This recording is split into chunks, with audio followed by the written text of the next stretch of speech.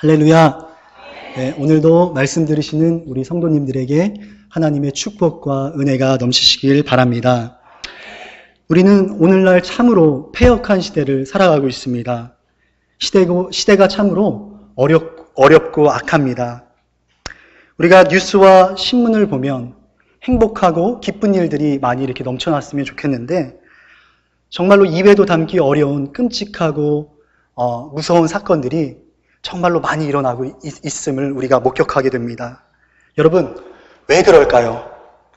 그것은 악한 영의 세력들이 이 시대의 사고와 가치관들을 혼란시키며 사람들을 끊임없이 어둠의 길로 인도하고 있기 때문입니다.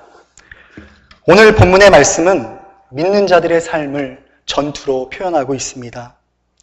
왜냐하면 크리스천들은 하나님의 군사로서 주님이 다시 오실 때까지 이 세상의 악한 영들과 영적인 전쟁을 해야 하기 때문입니다.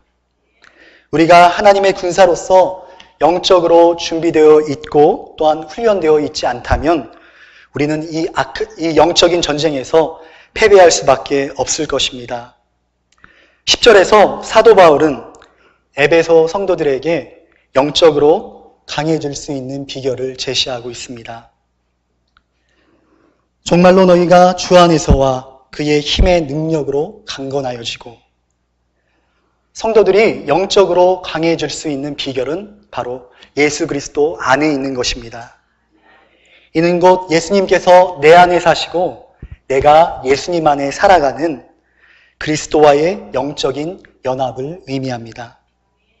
포도나무의 비유처럼 우리가 예수님 안에 있을 때 우리는 예수님으로부터 영양분을 공급받을 수 있습니다. 그리고 성장하게 되죠. 그래서 우리가 강건하여져서 영적인 전쟁을 수행할 수 있는 것입니다. 여기서 말하는 영적인 전쟁은 눈에 보이는 것들과의 전쟁이 아닌 눈에 보이지 않는 악한 영들과의 전쟁을 말하고 있습니다.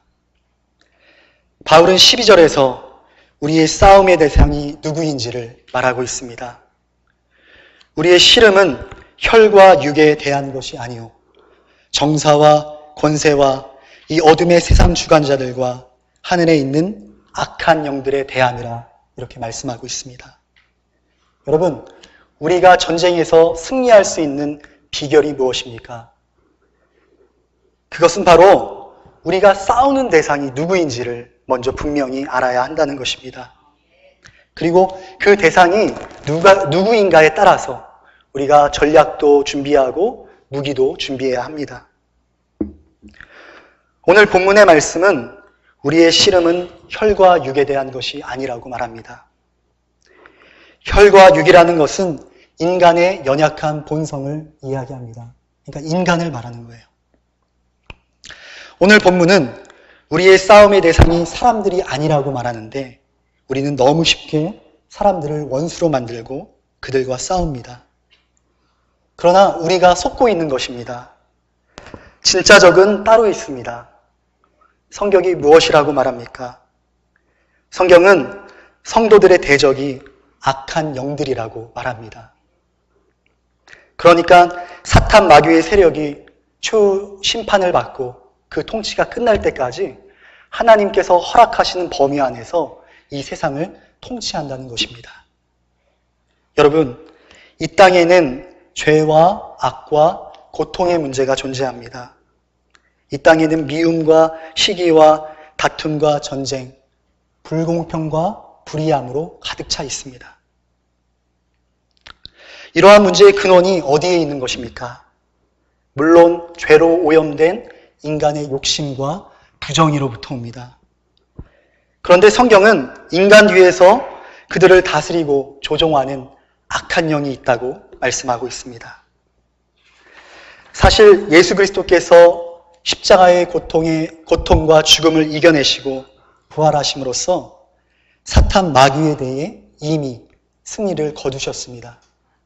그러나 아직 궁극적인 승리는 이루어지지 않았습니다. 마치 하나님의 나라가 믿는 자들의 마음속에 이미 이루어졌지만 하나님 나라의 완성이 종말적인 시간에 있는 것처럼 말입니다. 따라서 믿는 성도들은 악한 영이 마지막 날 하나님의 심판을 받고 그 통치가 끝날 때까지 우리가 깨어서 끝까지 싸워야 하는 것입니다.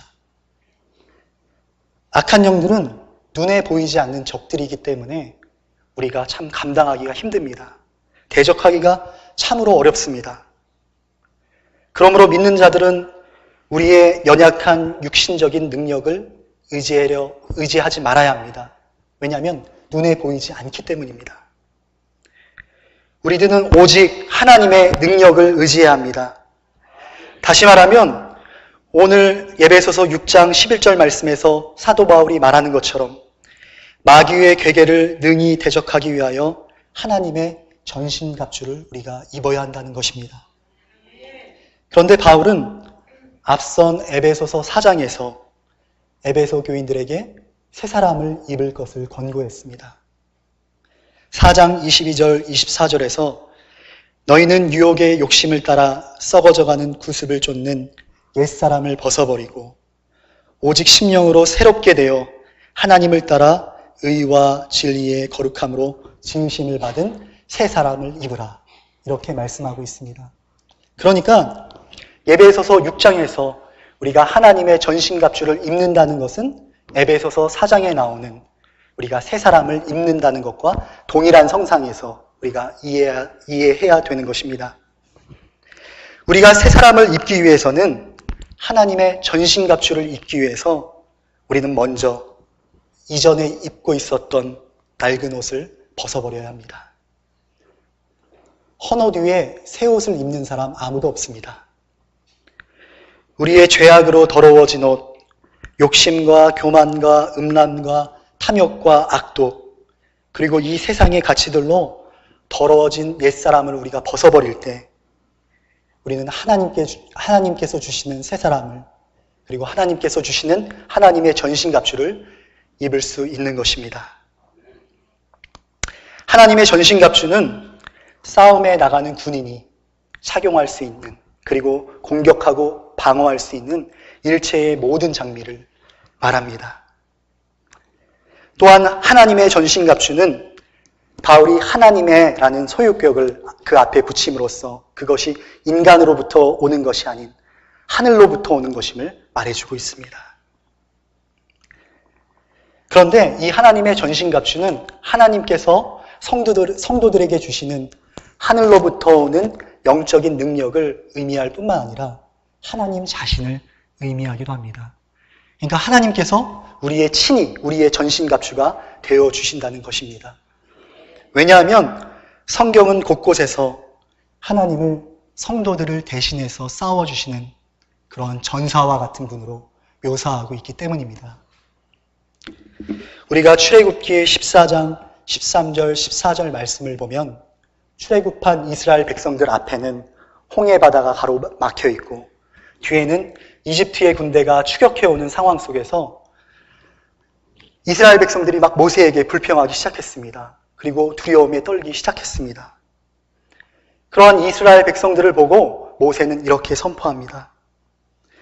모세가 백성에게 이르되 너희는 두려워하지 말고 가만히 서서 여호와께서 오늘 너희를 위하여 행하시는 구원을 보라. 너희가 오늘 본 애굽 사람을 영원히 다시 보지 아니하리라. 여호와께서 너희를 위하여 싸우시리니 너희는 가만히 있을지니라. 모세의 담대한 고백처럼 하나님께서는 우리에게 전신갑주를 제공해 주실 뿐만 아니라 우리를 대신해 싸워주셔서 우리에게 승리를 주시는 하나님이십니다. 드디어 바울은 에베소서 6장 14절부터 17절 말씀에서 우리가 반드시 입어야 할 그 전신갑주가 무엇인지를 상세하게 설명합니다. 바울은 14절에서 그런즉 서서 진리로 너희 허리띠를 띠고 의의 흉배를 붙이라 이렇게 권면합니다. 그런즉 서서라는 표현에 한번 주목해 보시기 바랍니다. 군대에 갔다 오신 분들은 모두 알겠지만 전시태세에 돌입하면 군인들은 밤이 되어도 잠을 잘 수도 없고 옷을 벗을 수도 없습니다. 왜냐하면 언제 적군이 쳐들어올지 모르는 상황에서 항상 끼어서 적을 경계해야 하기 때문입니다. 이처럼 그런즉 서서라는 말은 영적인 싸움을 위해 성도들이 항상 서 있어서, 깨어 있어서 준비해야 한다는 것입니다. 바울은 그의 수많은 서신들에서 선다라는 표현을 참 많이 사용했습니다. 그런데 아무런 기반 없이 서 있는 것이 아니고 바울은 항상 주 안에 서는 것을 의미했습니다. 데살로니가전서 3장 8절에서 바울은 그러므로 너희가 주 안에서 굳게 선즉 우리가 이제는 살리라 이렇게 선포합니다. 이처럼 성도들의 영적 싸움의 가장 기본은 우리의 견고한 반석 되신 흔들리지 않는 예수 그리스도 위에 굳게 서는 것입니다. 이제 하나님의 전신갑주의 부분들에 대해서 한번 살펴보도록 하겠습니다. 첫째로 악한 영들과의 영적인 싸움을 위해서 성도들은 진리로 허리띠를 매야 합니다. 여기서 진리라고 해석된 헬라어인 알레테이아는 두 가지의 의미를 갖고 있습니다. 첫째로 하나님에 의해서 우리들에게 주어진 진리의 말씀이라는 그러한 의미가 있습니다. 계시된 말씀. 두 번째로는 도덕적인 진리, 도덕적 차원의 진리, 성실 또는 정직이라는 의미를 갖고 있습니다. 그러므로 우리 성도들이 거짓과 속임수로 무장한 사탄의 괴계를 이길 수 있는 방법은 하나님의 계시된 말씀이 진리라는 것을 깨달아 하나님의 말씀을 우리의 허리띠에 띠고 그 말씀을 따라 정직과 성실로 살아가는 것입니다. 둘째로 바울은 성도들이 의의 흉배를 붙이라고 이렇게 권면하고 있습니다. 고대 시대에는 가죽과 쇠와 구리로 된 그런 흉배를 만들어서 군사들의 병사들의 가슴에 이렇게 부착을 했습니다. 따라서 의의 흉배라는 것은 이 악한 영이 지배하는 세상 속에서 성도들이 세상의 불의한 질서를, 사탄의 생각을 따라 사는 것이 아닌 하나님의 의와 공의를 드러내는 삶을 살게 될 때 성도들은 사탄의 공격을 무력화할 수 있다는 것입니다. 세 번째로 15절에서 바울은 하나님의 전신갑주로서 평안의 복음의 신을 신으라고 말합니다. 평안의 복음이 무엇입니까? 평안의 복음은 죄로 인해서 인간과 하나님 사이에 깨어졌던 그 관계를 우리의 중보자 되신 예수 그리스도께서 화평케 하셨다는 것을 말합니다. 예수 그리스도를 통한 하나님과의 화평함 없이 성도들은 악한 영과의 전투를 준비할 수도 없고 그 전투에서 승리할 수도 없습니다. 왜냐하면 사탄은 인간과 하나님 사이에 깨어진 관계의 틈을 타서 공격을 하기 때문입니다. 사탄이 가장 좋아하는 것이 관계를 깨뜨리고 이간하고 분리시키는 것입니다. 그렇기 때문에 하나님과의 수직적인 관계가 깨어진 자들은 우리 이웃과의 수평적인 화평 역시 이루기 어려운 것입니다. 그러므로 우리 성도들은 하나님께서 제공하신 이 신을 신고 평안의 복음을 전하는 자가 되기 위해서 먼저 하나님과 화평한 자가 되어야 되겠습니다. 또한 우리의 가정과 일터와 교회에서 화평을 이루는 피스메이커가 되어야 하겠습니다. 우리가 평안의 복음을 전하는 자들이 될 때 평안을 파괴하는 악한 영의 세력들은 이 세상에서 힘을 잃고 굴복하게 될 것입니다. 넷째로 바울은 16절, 17절에서 하나님의 전신갑주로서 믿음의 방패, 구원의 투구, 성령의 검에 대해서 이야기를 합니다. 믿음은 환난과 절망의 날에 성도들의 방패가 됩니다. 왜냐하면 하나님께 대한 믿음 없이 성도들은 작은 사탄의 시험과 유혹에도 넘어질 수밖에 없지만 다윗과 같이 여호와는 나의 목자라는 그런 하나님에 대한 전적인 신뢰와 믿음이 있다면 우리가 사망의 음침한 골짜기를 걸어갈지라도, 악한 영들이 우리를 시험하고 해하려 할지라도, 우리는 신실하신 하나님께서 끝까지 우리를 포기하지 않고 함께 하신다는 그 믿음으로 전투에서 승리할 수 있을 것입니다. 따라서 이 믿음의 방패로 성도들은 악한 자의 모든 화정, 화살을 소멸시킬 수 있는 것입니다. 또한 구원의 투구는 하나님께서 믿는 자들에게 예수 그리스도를 통해서 이미 주신 구원의 확신을 말합니다. 이 구원의 은혜는 악한 영들과의 싸움에서 우리는 이미 구원받았다. 나는 이미 승리했다. 이러한 선포를 가능케 만들어줍니다. 그렇기 때문에 성도들은 악한 영의 공격을 두려워하지 않아도 됩니다. 왜냐하면 우리에게는 하나님께서 주시는 구원의 소망과 확신이 우리 마음 가운데 있기 때문입니다. 여러분, 지금까지 우리는 하나님께서 우리에게 주시는 전신갑주 중에서 방어할 수 있는 무기만을 한번 살펴보았습니다. 바울은 드디어 성도들의 공격 무기인 성령의 검을 소개합니다. 17절에서 이 성령의 검은 하나님의 말씀과 동일시됩니다. 이처럼 하나님의 말씀이 유일한 공격 무기로 언급되는 것은 영적인 전투에서 하나님의 말씀이 얼마나 중요한지를 우리 성도들에게 알려줍니다. 하나님의 말씀이 성령의 검인 이유는 그것이 바로 우리의 혼과 영과 골수를 쪼개며 그리고 악한 영을 직멸시키는 능력이 있기 때문입니다. 여러분, 하나님의 말씀에는 능력이 있습니다. 이것을 우리 성도들이 믿어야 돼요. 하나님은 말씀 하나로 이 온 세상을 창조하셨습니다. 그만큼 하나님의 말씀은 능력이 있습니다. 마태복음 4장에서도 우리 예수님께서도 광야에서 사탄의 모든 시험을 하나님 말씀 하나로 물리치셨습니다. 금식하여 굶주리신 예수님께 사탄은 돌을 떡덩이가 되도록 이렇게 유혹을 했습니다. 예수님께서는 신명기 8장 3절을 인용하여 사람이 떡으로만 살 것 아니요 하나님의 입으로부터 나오는 모든 말씀으로 살 것이니라 이렇게 말씀하시며 사탄의 유혹을 물리치셨습니다.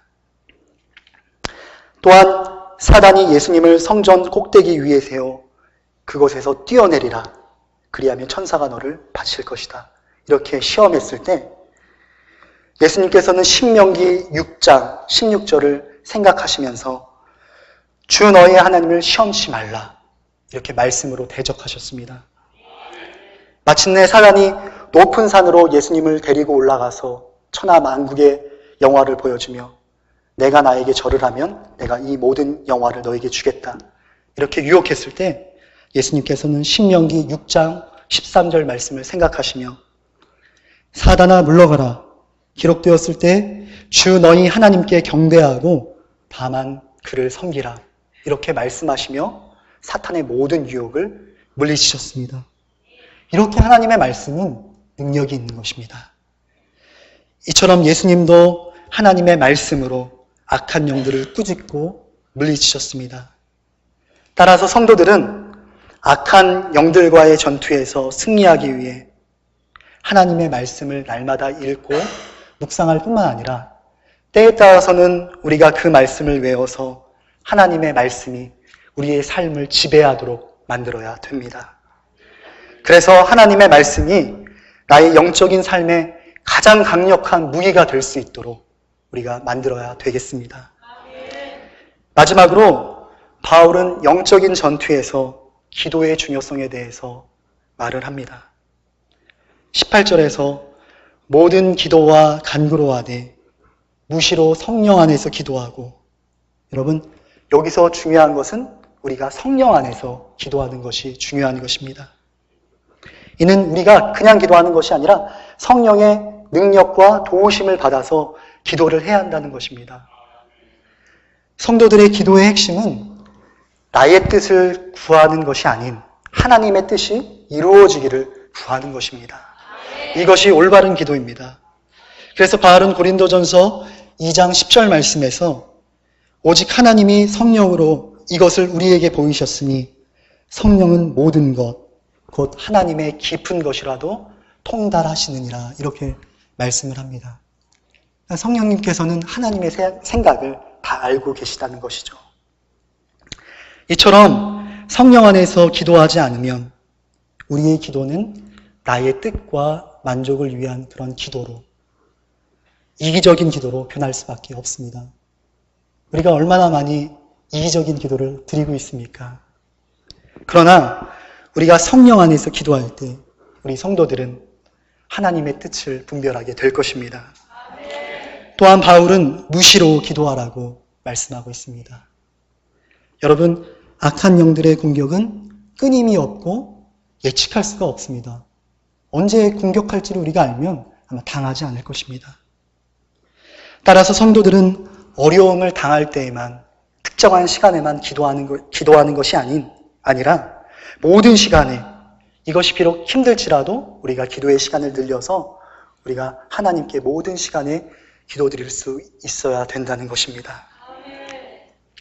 그렇다면 누구를 위해서 우리가 기도를 해야 할까요?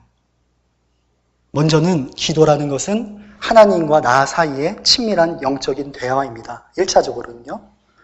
그런데 18절 후반부에 보니까 바울은 여러 성도들을 위해서 기도하라고 이렇게 권면하고 있습니다. 무엇을 말합니까?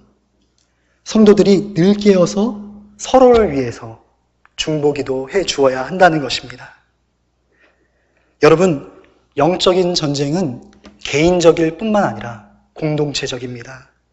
아마도 사탄은 한 개인을 무너뜨리기보다 하나님의 거룩한 교회가 무너지는 것을 좋아할 것입니다. 그렇기 때문에 온 성도들이 사탄의 이러한 계략을 우리가 알아차리고 사랑의 띠로 하나 되어야 합니다. 그리고 예수 그리스도를 머리로 연합하여 서로의 신앙과 삶을 위해서, 그리고 이 거룩한 하나님의 교회를 위해서 합심하여 함께 기도할 때 우리는 영적인 전투에서 마침내 승리하게 될 것입니다. 여러분, 토요일 날 어느 날 제가 사무실에서 이렇게 주보 작업을 하고 있었습니다. 본당에 계신 목사님께서 저를 부르셨어요. 박전사, 이리 좀 와봐. 그래서 제가 본당에 왔습니다. 한 2-3달 전 됐던 것 같습니다. 목사님, 왜요? 제가 이렇게 여쭤보니까 내가 좋은 기도 방법 하나 알려줄게. 이렇게 말씀하셨습니다. 교회 오면 그냥 앉아서 이렇게 기도하는 것이 아니라 예배당을 7바퀴 돌면서 주일 예배와 그리고 이 자리에 앉아서 예배를 드릴 성도들을 머릿속에 그리면서 이렇게 교회를 7바퀴 돌며 기도하는 거야. 목사님께서 이러한 기도의 방법을 저에게 알려주셨습니다. 그날 목사님께서 앞서 걷고 제가 뒤에서 따라 걸으면서 그날 주일 예배와 그리고 성도들을 위해서 기도했습니다. 이처럼 사역자들뿐만 아니라 온 성도들이 합심해서 교회를 위해서 그리고 서로를 위해서 기도한다면 사탄 마귀가 성도들의 삶과 교회에 틈타지 못할 것입니다. 우리는 하나님께서 주시는 영적인 승리를 마침내 이룰 수 있을 것입니다. 오늘 말씀을 정리하겠습니다. 여러분, 오늘 말씀은 악한 영들이 끊임없이 우리의 삶을 공격해 올 것이라고 바랍니다. 우리가 믿는 자들임에도 불구하고요. 그러나 여러분, 두려워하지 마시기 바랍니다. 우리가 예수 그리스도 안에 있으면 그분은 우리의 힘이 되어 주십니다. 또한 하나님께서 친히 하나님의 전신갑주를 믿는 성도들에게 제공해 주셔서 우리를 보호해 주실 것입니다. 그렇기 때문에 악한 영의 세력이 공격해 올 때 두려워하거나 후퇴하지 마십시오. 우리 성도들에게는 전진만 있습니다. 오늘 말씀 속에 등장하는 하나님의 전신갑주 대부분도 안면을 보호하는 그런 장비들이었습니다. 무엇을 의미할까요? 물러서지 말라는 것입니다. 악한 영이 공격할 때 담대히 맞서 싸우라는 것입니다. 우리가 돌아서는 순간 치명타를 입을 수 있다는 것입니다. 그렇다면 우리 뒤에는 누가 계실까요? 하나님이 계십니다. 믿는 자들의 싸움은 내가 하는 것이 아닌 하나님과 함께하는, 하나님께서 우리를 대신해서 싸워주시는 그러한 싸움인 것입니다. 이러한 믿음만 있다면 우리는 결코 이 악한 세상에서, 악한 영이 지배하는 세상에서 두려워할 것이 없습니다. 오늘 말씀을 들은 우리 모두가 하나님의 전신갑주를 통해 주어지는 하늘의 능력을 소유하셔서 악한 세력과의 영적인 전쟁에서 날마다 승리하는 베델의 온 성도님들 되시기를 바랍니다. 이 시간 기도하시겠습니다.